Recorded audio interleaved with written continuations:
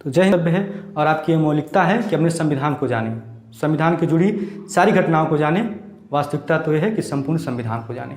तो आइए शुरू करते हैं, संविधान को जानते हैं। संविधान को जानने से पहले एक आपसे क्वेश्चन है, उस क्वेश्चन के माध्यम से हमें एक बेस मिल जाएगा जिस प्लेटफॉर्म पे हम खड़े होकर संविधान की सारी ऊंचाइयों को छूते चलेंगे और संविधान को सीखते चलेंगे। क्वेश्चन है कि संसद, सिंपल सा क्वेश्चन है, संसद किसे कहते हैं, इसका कार्य क्या है। तब बता सकते हैं कि संसद एक सभा है जिसमें राष्ट्र के विभिन्न क्षेत्रों से प्रतिनिधि चुन के सांसद के रूप में जाते हैं और इसमें बैठते हैं और नियम कानून, देश के लिए नियम कानून बनाते हैं। और उसका बेस जो होता है, अपना मूल जो संविधान है, उसी बेस के आधार पर देश के लिए संविधान बनाते हैं। तो क्या संसद इसके पहले भी कुछ था? हाँ, यहाँ क्वेश्चन बनता है कि जो संसद था इसके पहले है संविधान सभा के रूप में कार्य करता था। संविधान सभा, जो संसद था इसके पहले संविधान सभा के रूप में कार्य करता था। ये अस्तित्व में आया 1952, अप्रैल 1952 में ये अस्तित्व में आया, जो नया संसद है। इसके पहले संविधान सभा था। अभी संविधान सभा क्या करता था? तो आज जैसे संसद देश के लिए संविधान बनाता है, देश के लिए कानून पारित करता है, वैसे ही संसद जो संविधान सभा था वो पहले संविधान का निर्माण किया, इसलिए संविधान सभा बनानी पड़ी। अब बात करते हैं कि संविधान सभा की मांग कब हुई, इसके पीछे के कारणों को समझते हैं स्टार्टिंग से लेके, तब आगे हम वीडियो में बढ़ते हैं। देखिए, बात करते हैं 1773 की। 1773 से लेके 1858 तक ये जो काल रहा है, इसमें रेगुलेटिंग एक्ट पारित हुआ। रेगुलेटिंग एक्ट क्या था कि ये जो समय था, आपको पता है कि 1600 ईस्वी में ईस्ट इंडिया कंपनी ने भारत में व्यापार करने आई थी। इस 1773 में जब रेगुलेटिंग एक्ट आया तो उसमें जो सम्राट था, यानी कि जो ब्रिटिश ताज था, उसका आधिपत्य कंपनी पे हो गया। उसने कंपनी पे नियंत्रण अपना स्थापित कर लिया और कंपनी के कार्यों को कौन देखने लगा? ब्रिटिश सम्राट देखने लगा। तो ये जो रेगुलेटिंग, यहाँ पे लिख देता हूँ, रेगुलेटिंग एक्ट, इस रेगुलेटिंग एक्ट में जो कंपनी पे शासन हुआ वो ब्रिटिश सम्राट का हो गया। इसके पहले कंपनी फ्री थी। जैसे अगर भारत की मान लीजिए कोई कंपनी है, कहीं भी जाकर अपना व्यवसाय कर सकती है, अपना उपनिवेश तो नहीं कर सकते, अपना पूंजी निवेश कर सकती है भारत की कंपनी। वैसे ही वो ब्रिटेन में जो कंपनियां, ईस्ट इंडिया कंपनी अपना कार्य देख रही थी। लेकिन 1773 से कंपनी पे किसका स्थापित हो जाता है? अधिकार हो जाता है, ब्रिटिश ताज का शासन हो जाता है। और 1858 यानी कि 1857 का जो हम लोग सैनिक विद्रोह पढ़ते हैं, उसके असफलता के कारण अब यहाँ से कहानी बदल जाती है और 1858 से लेके 1947 तक भारत के शासन पे ब्रिटिश ताज का अधिकार हो जाता है। मतलब ब्रिटिश ताज जो है वो भारत के शासन को अपने अधिकार में ले लेती है।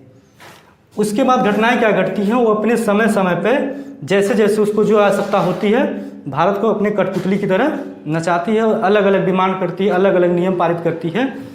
ऐसे में आके भारतीय उससे तंग होकर क्या करते हैं? संविधान सभा की मांग करते हैं, संविधान के निर्माण की मांग करते हैं। तो टर्म है कि संविधान सभा की मांग। अब समझ में आएगा कि संविधान सभा की मांग क्यों हुई थी, इस चीज़ को समझते हैं। देखिए, जो संविधान सभा की जो पहली मांग थी 1895 में, 1895 में संविधान सभा की संविधान के निर्माण की मांग हुई। बीजी तिलक साहब ने, बीजी तिलक का मतलब है कि बाल गंगाधर तिलक, लोकमान्य बाल गंगाधर तिलक ने अपनी स्वराज विधेयक, इनकी एक पत्रिका आती थी, उसका नाम था स्वराज विधेयक या स्वराज बिल के नाम से जाना जाता है। इस पत्रिका में उन्होंने पहली बार अनौपचारिक रूप से संविधान के निर्माण की मांग की। उसके बाद देखते हैं 1916 में पहली बार आंदोलन चलाया गया। 1916 में Akhil Bharatiya home rule league, Akhil Bharatiya home rule league की स्थापना होती है और होम रूल आंदोलन चलाया जाता है। होम रूल का मतलब होता है कि घरेलू शासन। एक्चुअली हम लोग किताबों में पढ़ते हैं कि जो होम रूल आंदोलन चलाया गया 1916 में, होम रूल लीग की स्थापना जो होती है 1916 में होती है, लेकिन एक्चुअली हम जिसको जब देखते हैं तो 1915 से लेके 1916 तक का ये जो समय रहा है, इसमें होम रूल जो आंदोलन चलाया जाता है 2 जगहों पे चलाया जाता है और दोनों का अलग अलग लोग नेतृत्व करते हैं। जो पहला आंदोलन चलाया गया था वो पुणे में चलाया गया था, पुणे में, और दूसरा आंदोलन मद्रास में। ये पुणे का जो आंदोलन चल रहा था होम रूल का, इसका नेतृत्व बीजी तिलक साहब कर रहे थे, और जो मद्रास में चलाया गया था होम रूल, इसका नेतृत्व एनी बेसेंट जी कर रही थी। बात आती है कि इसका ताल्लुक अपने संविधान के निर्माण से या संविधान की मांग से कैसे है। तो आप थोड़ा सा इतिहास में चलिए, चूँकि ये सारी कनेक्ट, ऐसा मत सोचिएगा कि हम पॉलिटी पढ़ा रहे हैं और हिस्ट्री भी पढ़ा रहे हैं, क्योंकि दोनों टर्म, दोनों को जोड़ के, दोनों को मर्ज करके ही आपको समझ में आने वाली है। जो पॉलिटी में चीज़ें हैं उसको हिस्ट्री से कनेक्ट करके ही हम पढ़ सकते हैं। ये जो समय था 1915 और 16 के बीच, उसमें घटना क्या घटती है कि आपको पता है कि 1914 से लेके 18 तक, 1918 तक ये जो समय है प्रथम विश्व युद्ध का समय है। और प्रथम विश्व युद्ध में ब्रिटेन ने क्या किया था, साम्राज्य के लिए अपने लड़ा था। प्रथम विश्व युद्ध में 2 गुट बने थे, जिसमें एक तरफ ब्रिटेन, रूस और फ्रांस, बाद में इटली और अमेरिका भी आते हैं, और दूसरी तरफ कौन लड़ा था, जर्मनी, ऑस्ट्रिया, तुर्की और हंगरी, ये सब देश जो एक तरफ लड़ रहे थे। अब ये जो देश हैं, ऑस्ट्रिया, जर्मनी, तुर्की और हंगरी, ये जो पोलैंड वाला देश है इस तरह का, ये लोग सेंटर में पड़ते हैं। उस समय 2 मोर्चा बना था, एक पूर्वी मोर्चा और एक पश्चिमी मोर्चा। जर्मनी उस समय इतना तेज घमासान तरीके से युद्ध लड़ रहा था कि रूस का और ब्रिटेन, फ्रांस का सबकी हालत एकदम से खराब कर दिया था।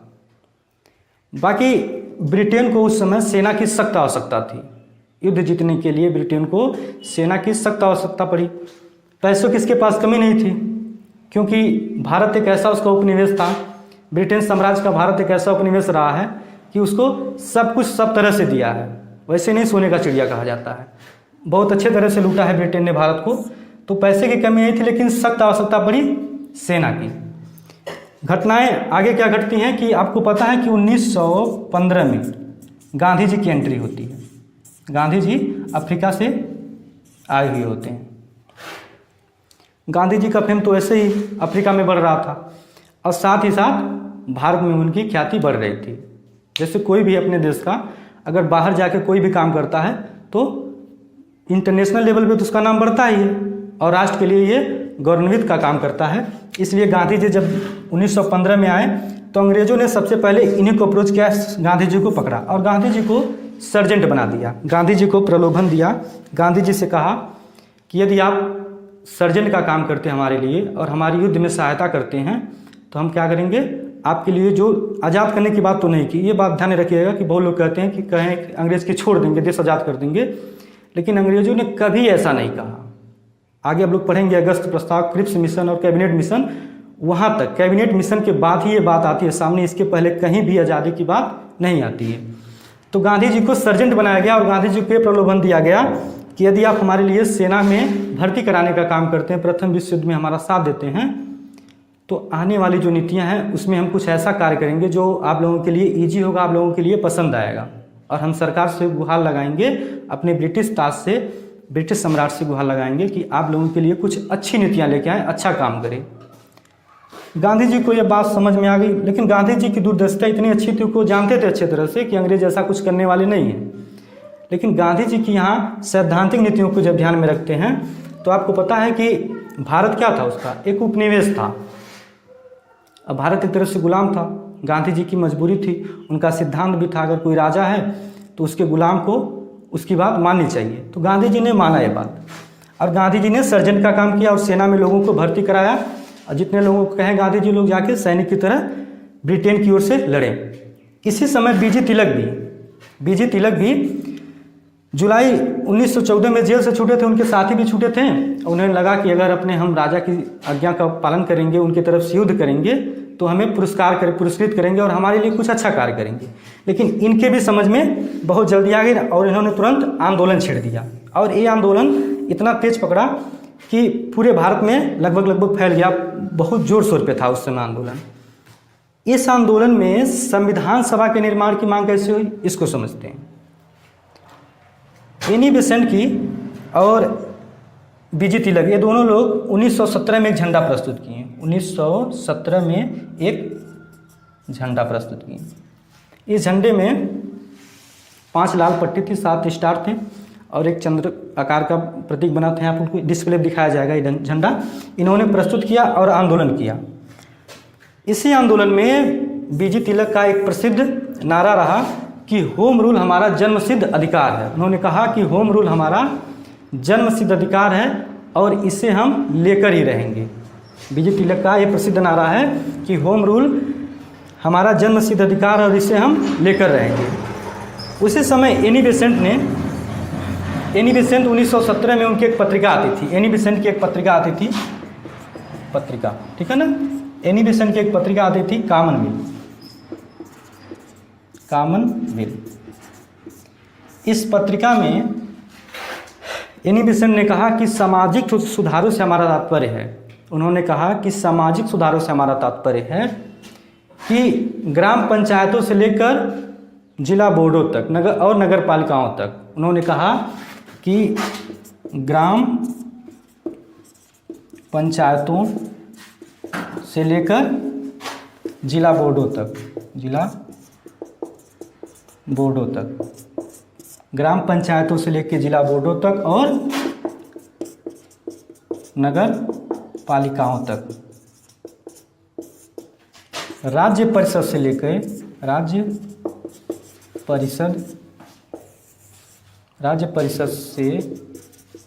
लेकर राष्ट्रीय संसद तक। किसकी स्थापना होनी चाहिए? स्वशासन की।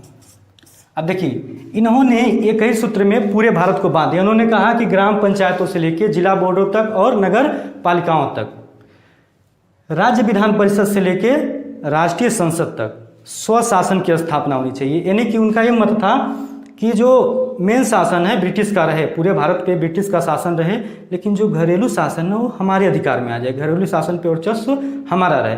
और यहाँ हम लोगों को एक चीज़ देखनी पड़ेगी कि भारत के भोलेपन के बारे में।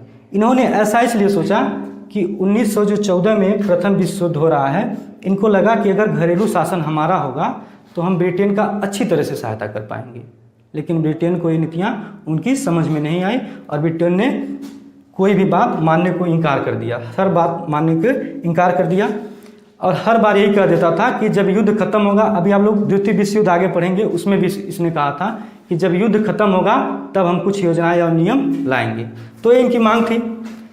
इस चीज़ को याद रखिएगा। एनी बेसेंट ने ये मांग की थी और बीजी तिलक ने इसमें नारा दिया कि होम रूल हमारा जन्मसिद्ध अधिकार है और इसे हम लेकर ही रहेंगे। फिर नेक्स्ट मांग देखते हैं 1922 में गांधी जी क्या कहा। गांधी जी ने क्या कहा, अभी इसको हम मिटाते हैं, इसको काट देंगे। गांधी जी की क्या मांग है, तो 1922 में, ये डेट आप लोग याद रखिएगा, 1922 में गांधी जी ने कहा कि संविधान यानी कि स्वतंत्रता के बाद संविधान या सभा या संविधान का निर्माण भारतीयों के द्वारा ही होगा। गांधी जी ने कहा कि जब भी स्वाधीनता मिले तो संविधान सभा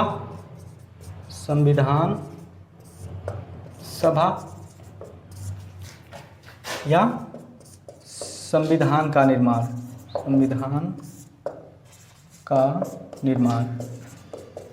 किसके द्वारा होगा? भारतीयों के द्वारा होगा, भारतीयों के द्वारा होगा। गांधी जी ने ये कहा। ये बात उन्होंने, एक पत्रिका उनकी भी थी, किस पत्रिका में? पत्रिका का नाम था यंग इंडिया में गांधी जी ने ये बात कही कि संविधान सभा या संविधान का निर्माण जब भी स्वाधीनता मिलने के बाद होगा तो भारतीयों के द्वारा ही होगा। 1928 में नेहरू रिपोर्ट प्रस्तुत की गई। नेहरू रिपोर्ट। और इस नेहरू रिपोर्ट में भी संविधान के निर्माण की मांग की गई। अब बात होती है कि नेहरू रिपोर्ट क्या है, तो यहाँ नेहरू जी से मतलब है पंडित जवाहरलाल नेहरू नहीं, मोतीलाल नेहरू, मोतीलाल नेहरू, जो पंडित जवाहरलाल नेहरू जी के पिता थे, मोतीलाल नेहरू। आप लोगों को पता है कि नवंबर 1928 में, नवंबर 1928 में साइमन कमीशन भारत आया। साइमन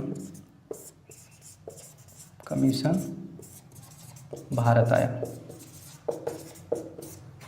नवंबर 1928 में साइमन कमीशन भारत आया। साइमन कमीशन भारत क्यों आया? एक अधिनियम है जो आप लोगों को आगे पढ़ाया जाएगा कि भारत शासन अधिनियम, भारत सरकार अधिनियम 1919 का, भारत सरकार अधिनियम, भारत सरकार अधिनियम 1919। इसी की समीक्षा करने के लिए ये जब नियम बनाया गया था तो ये कहा गया था कि कोई आयोग होगा जो 10 वर्षों के बाद, जैसे जनगणना नहीं होती है आज के समय में, वैसे ही 10 वर्षों के बाद क्या होगा, इस नियम का, इस अधिनियम की समीक्षा करेगी। उसी के लिए समीक्षा करने आया था cabinet mission, Simon commission. Simon commission उसी की समीक्षा करने आया था अधिनियम 1919 की। दिक्कतें क्या हुई कि इसमें जितने भी सांसद थे इसमें कोई भारत का नहीं था। अब आप खुद सोचिए कि भारत के बारे में, भारत के नियम कानून के बारे में समीक्षा करने आ रहे हैं, इसमें कोई भारतीय नहीं है। ये सब रहने वाले कहाँ थे? ब्रिटेन के सांसद हैं। सातों के साथ 7 लोग थे, 7 सदस्य टीम थी और सातों के साथ कहाँ के थे? ब्रिटेन के थे। इसमें जो अध्यक्ष थे, अध्यक्ष जॉन साइमन थे, जॉन साइमन, और इन्हीं के नाम पे साइमन कमीशन या साइमन आयोग का गठन हुआ था।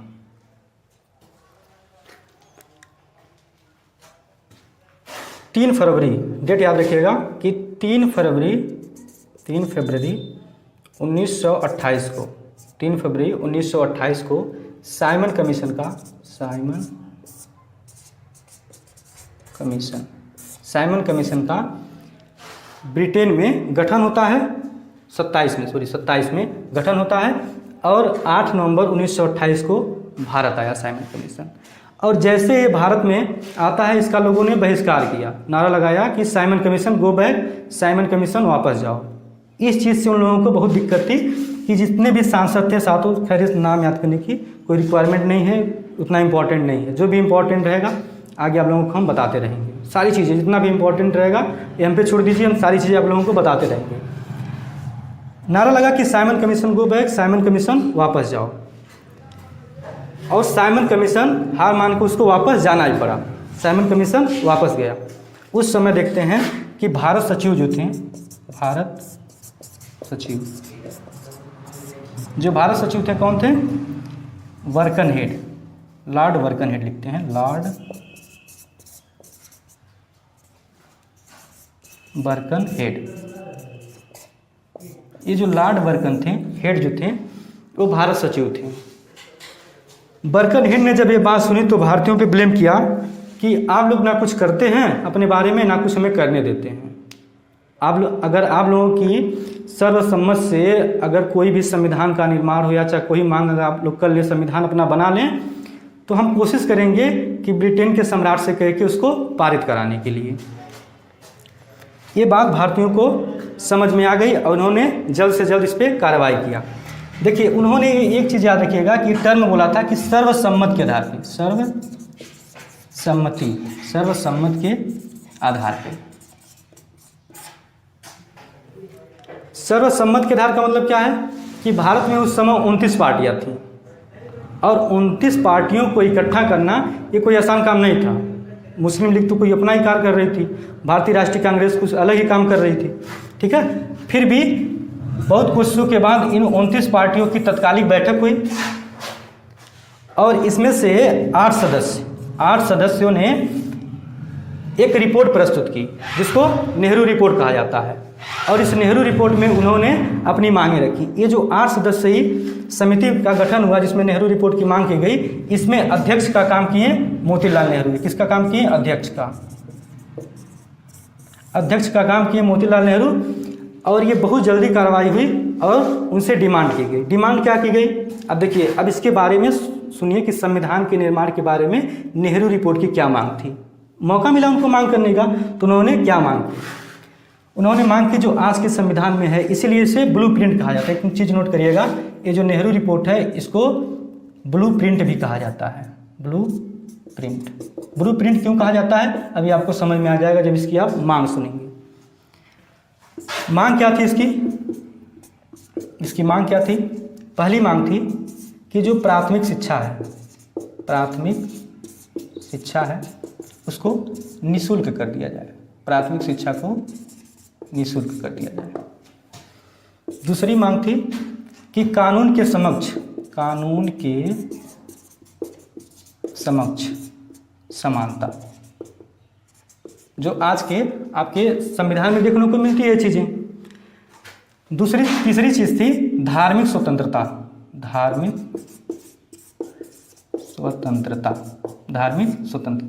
और चौथी मांग थी शस्त्र रखने का अधिकार, अस्त्र शस्त्र रखने का अधिकार। कब? जब लाइसेंस हो, यानी कि जिसके पास लाइसेंस है वो अस्त्र शस्त्र रख सकता है। और भी इनकी डिमांडें थी, इन्होंने लिस्ट जारी किया था। लेकिन ये मांगों को 1930 में अधिक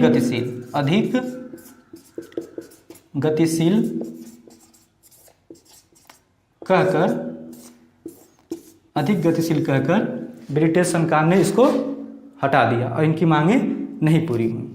तो ये था नेहरू रिपोर्ट की मांग। नेहरू रिपोर्ट ने इतना काम किया। अब आगे देखते हैं कि पूर्ण स्वराज की मांग 1929 में, फिर पूर्ण स्वराज की मांग क्या होती है उसको भी देखते हैं। तो अब देखते हैं कि 1929 में पूर्ण स्वराज की मांग कैसे होती है। डेट आ गया है 1929 का। 1929 में क्या होता है कि पूर्ण स्वराज की मांग होती है। पूर्ण स्वराज की मांग क्या है? आपको पता है कि भारतीय राष्ट्रीय जो कांग्रेस था उसका अधिवेशन दिसंबर के अंतिम दिन होता था, यानी कि 31 दिसंबर को हर साल उसका अधिवेशन होता था। और इस बार जो अधिवेशन था 1929 में वो लाहौर में हुआ। उसका जो अधिवेशन हुआ लाहौर में हुआ। और इस अधिवेशन में अध्यक्ष बने पंडित जवाहरलाल नेहरू। इसकी अध्यक्षता कौन कर रहे थे? पंडित जवाहरलाल नेहरू। इसकी अध्यक्षता कर रहे थे पंडित जवाहरलाल नेहरू। इस पूर्ण स्वराज की मांग की घटनाएं क्या है? इन्होंने कहा, गांधी जी ने स्पष्ट रूप से कहा कि यदि ब्रिटिश सरकार जो नेहरू रिपोर्ट के प्रस्तावों को नहीं स्वीकृत करती है तो आने वाले अगले अधिवेशन में, कांग्रेस के अगले अधिवेशन में, यानी कि 1929 में अपने आप को हम पूर्ण रूप से स्वतंत्र मान लेंगे अगर हमारी बात को नहीं मानी गई तो। और इस पूर्ण स्वराज की मांग में क्या हुआ कि लाहौर में अधिवेशन हुआ, अध्यक्ष पंडित जवाहरलाल नेहरू बने। और इनमें यह कहा गया कि 26 जनवरी, यह अधिवेशन कब हुआ था? अधिवेशन हुआ था 31 दिसंबर 1929 को।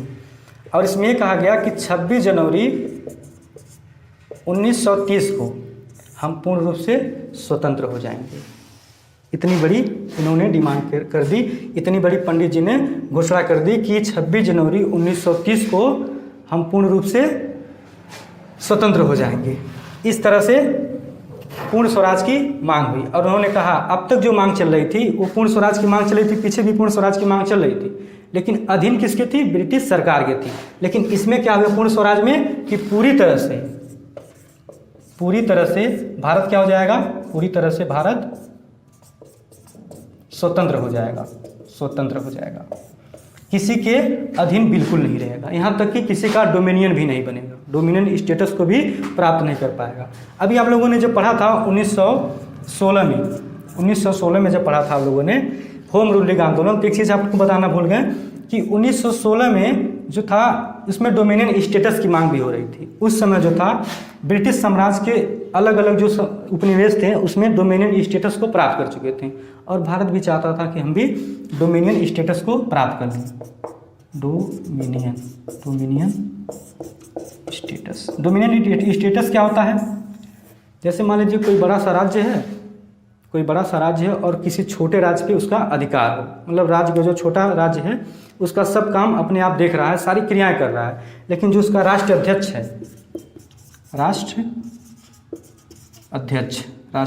लिखते हैं इसको, राष्ट्राध्यक्ष।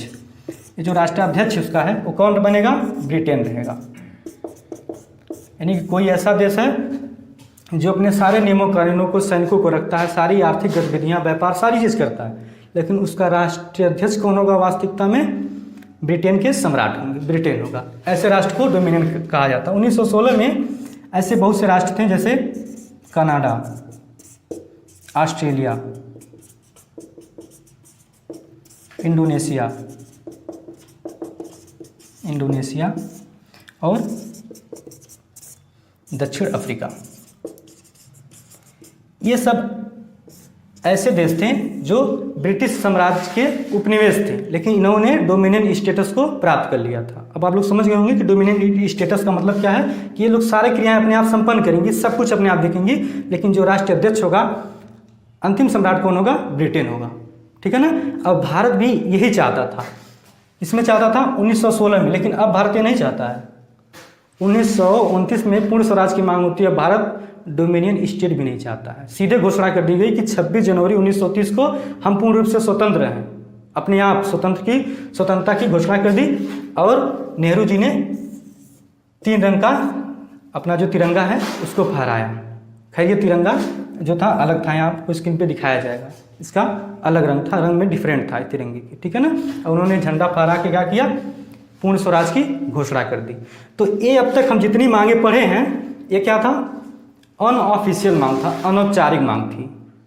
1934 में एम.एन. राय जो वामपंथी आंदोलन के प्रखर नेता हैं, वो ऑफिशियली रूप से संविधान निर्माण की बात करते हैं और संविधान सभा की मांग करते हैं, जो हम लोग अगले वीडियो में देखेंगे। आज के लिए बस इतना ही, बने रहिएगा अगली वीडियो में। अगली वीडियो में देखेंगे कि संविधान सभा की औपचारिक रूप से मांग कब होती है, अगस्त प्रस्ताव क्या है, कैबिनेट मिशन क्या है, क्रिप्स मिशन क्या है, सारे विषयों पे हम डिटेल में चर्चा करेंगे। और संविधान में जो निर्माण हुआ संविधान सभा का, उसके बारे में आगे की कहानी में देखेंगे, आगे की वीडियो में देखेंगे। तब तक के लिए जय हिंद, ख्याल रखिएगा अपना, टेक केयर।